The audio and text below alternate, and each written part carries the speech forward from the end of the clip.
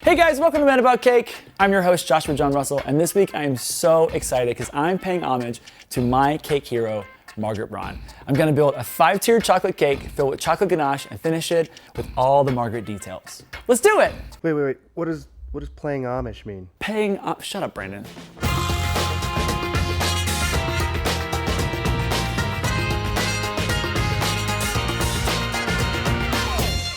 To start, I'm gonna break down a 10-inch chocolate cake. You guys know where the recipes are, in the eye or the description box below.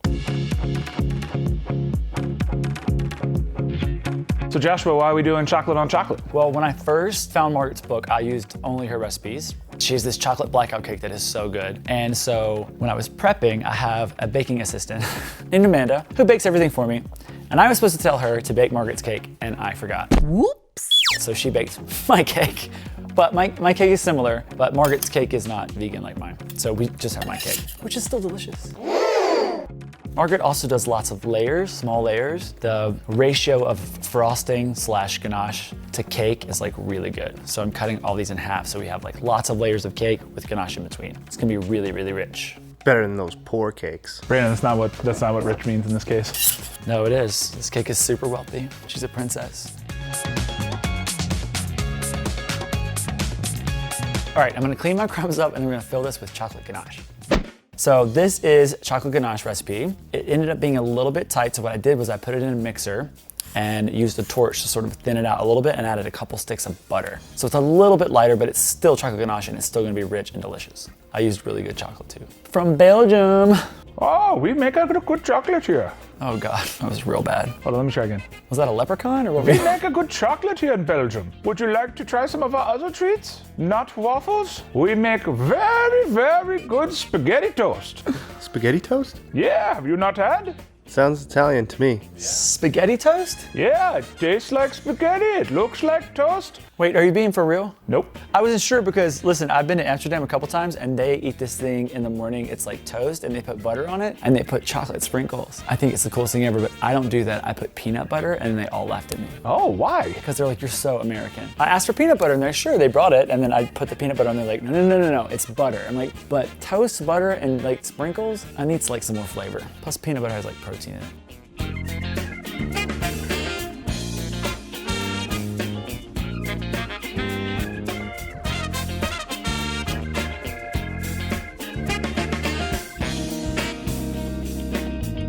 This feels aggressively tall. I think I'm gonna stop right here. So I'm gonna get this in the cooler, then we're gonna carve it out. Margaret Braun, known for giant cakes. We'll carve it down. All right, so Margaret is known for her sculpted cakes. She does like these cool tapered things. I'm gonna taper this one in and it's a little bit too tall, so I'm gonna cut some off the top as well. We're in for so much garbage cake. Lots of garbage cake. All right, I made this way too tall, so I'm gonna take a bunch of this off because it is aggressive. Do we want to do a cake frisbee with us? Cake frisbee! I don't think this is a good idea. Are you gonna catch this for real? Cake discus! This is gonna be This is a world record, biggest cake frisbee. Jeez Louise. It's good! So anyways, Margaret Braun, my cake hero, had a cake book called Cakewalk that came out in 2001 and I bought it. I was a teenager and it changed my life. I'd always sketched these like crazy cakes and at the time, American cake decorating was very much sort of still old school and she just had these incredible looking cakes. She's actually now my friend. Hey, I found this thing. Is this yours? What's that? That's my book, don't get it dirty. So this is Cakewalk. This is not what it actually looks like. Did you sleep with that under your pillow for a while? Listen, I've had this book forever. Do you eat the book? No, I lived with a dog once that got to it, and I wanted to strangle that dog, but I love animals too much. But look, she signed it. Aw. I know. What'd she say? To Joshua, I wish you many adventures and sugar. Good luck, Margaret Braun, and then she drew a little cake. But look at her cake. Look at these cakes. They're insane. Hold on. Let me just get one of my favorite ones real fast. So the first part of the book is all like technique, how to do her different styles. She even reinvented the polka dot. Literally, I'll show you later. That's her. She's so pretty. This was the cake that I was like, whoa, crazy. All hand painted, lots of piping, which is why I love piping so much. We're gonna make these too, they're Marzipan Fruits. And the best thing about it is it's called a cakewalk. So she actually talks to you about her cakewalks, how she gets her inspiration. This cake right here though, come on, that's a cake. That looks like Dubai. Isn't that crazy? I think I've made every cake in this book. Like the pages are stuck together. Anyways, I have another copy that she signed that's fresh, and then I have a third copy that's here. This is what it's supposed to look like. Hold on. So this is what the book actually looked like. So I have this copy, the original one, which is the one I work out of because it's gross. And then I have the one that she signed, and then this one I'm never unwrapping because I want to keep it forever. So nice. So pretty. It's beautiful. Wait, we gotta get these out of here because I don't want any of this to get dirty.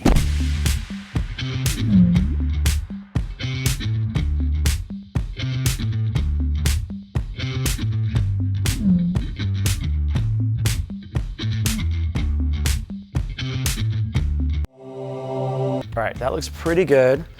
Okay, I'm gonna clean up my crumbs, and then we'll give it a first coat and a final coat.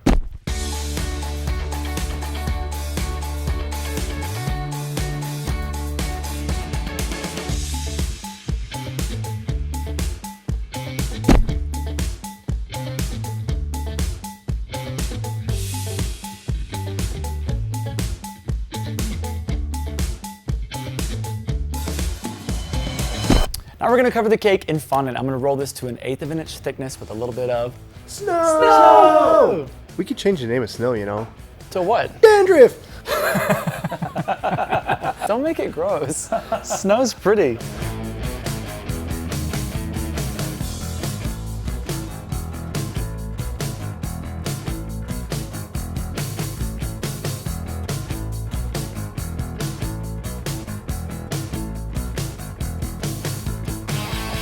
Okay, now it's time to paint the cake. So Margaret has a really unique style. I'm gonna use two different colors. I'm gonna use a pink and I'm gonna use sort of like this teal color. What I'm going for is sort of this bottom tier here where we have these cool swags in one color and then the bottom is in a different color. So the top's gonna be in pink. I'm gonna do that first and then we'll go back and paint the bottom teal. She, although, normally pipes first and then paints above and below it. That doesn't work for me as well. I tried it, so I have to paint it first. He's no Margaret Braun, am I right, guys? It's true, it's true. So I got a little bit of titanium, or a little white, titanium dioxide. Got a little bit of pink, we'll start with that. And then we're gonna dilute it with something like vodka. I have a little dilution solution here that I'll use. Oh, that reminds me of the Dilution Solution song. Oh God. It was made by the same people that did Schoolhouse Rock. There's a dilution solution and it causes pollution and you all need to know it tomorrow. Cause if you do not know it, then it will flow it and everyone will die. Dilution solution. No, let it be over. I gotta paint this. We're gonna be here forever. Okay, so I could mark this out like I normally do on cakes, but Margaret is very painterly about what she does, and so I want it to feel a little bit more organic. So I'm just going to wing it. So we're gonna start with our swags. Now that I've got everything planned out, I'm actually gonna go in with a little bit of a darker color, and then we'll sort of fade it up. So it has a little bit of texture to it. Now I'm gonna switch to a bigger brush and go in with some lighter colors.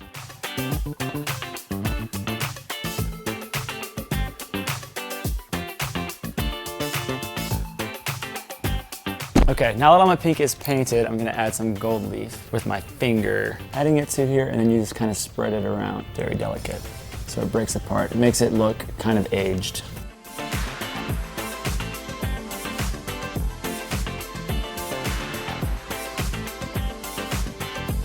Okay, now that all my gold is on, we're gonna do the teal on the bottom. I'm gonna paint this the same way. A little bit of teal, a little bit of whites, something to dilute it with. I'm grabbing a larger paintbrush and I'm gonna do a little bit lighter color below.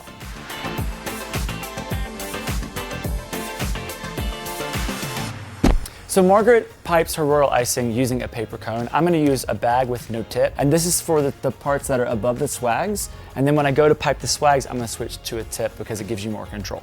I'm gonna start with the flourishes right above where the pink is.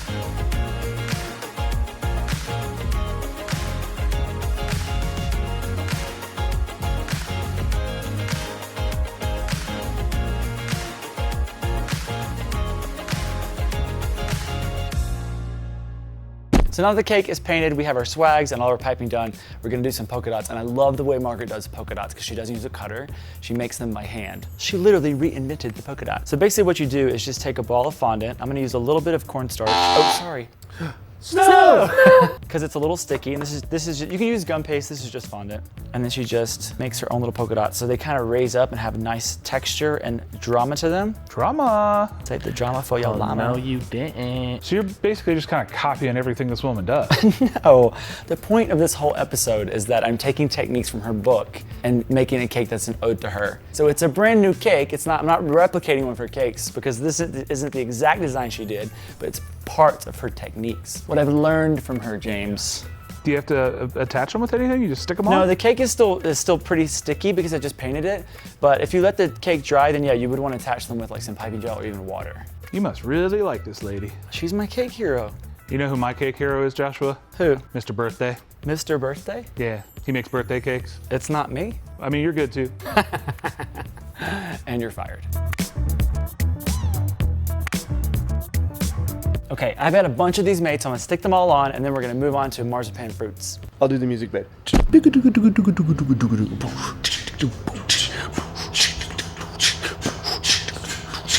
Everybody!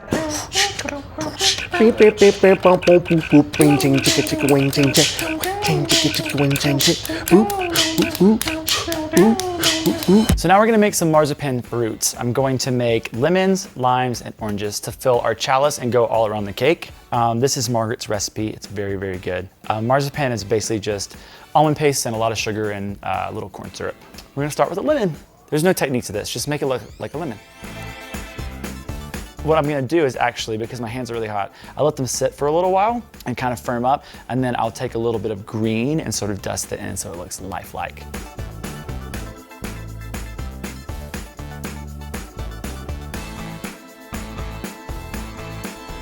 So I'm gonna take a clove here, right? I'm gonna take this little seed out, so I have this little claw looking thing. I'm gonna put this in so it looks more like a realistic orange. Look at that, but it tastes like almond paste. So anyways, once I get all these done and dusted, I'm gonna coat them a couple times with confectioner's glaze so they're a little shiny. I think that's more like a kumquat or cherry tomato. Shut up, it's a baby orange. Now I'm gonna make a bunch of these, and Brandon's gonna shut up.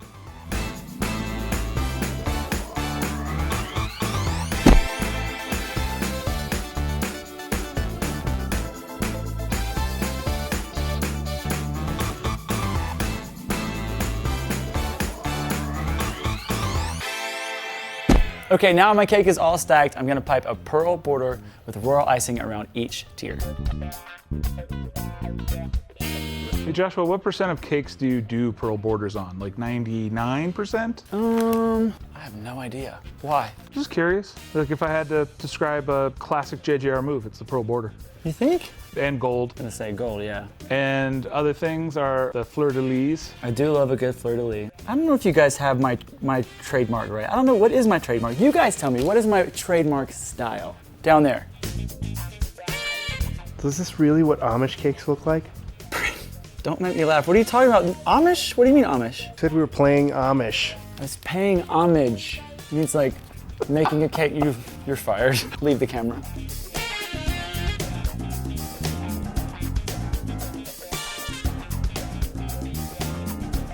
So to finish the cake, I'm gonna use airbrush and pearl sheen for my polka dots. I'm going to take my swags and paint them gold, and then I'll finish it with all of my little fruits.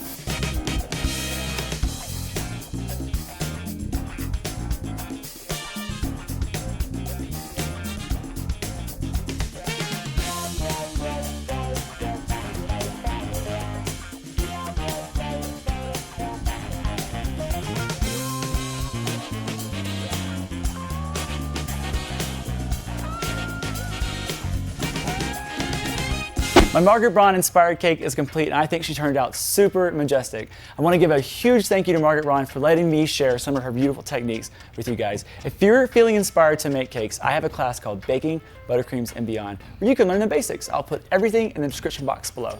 Next week, we're doing from sketch to cake, so you can see my entire process. Let's eat her.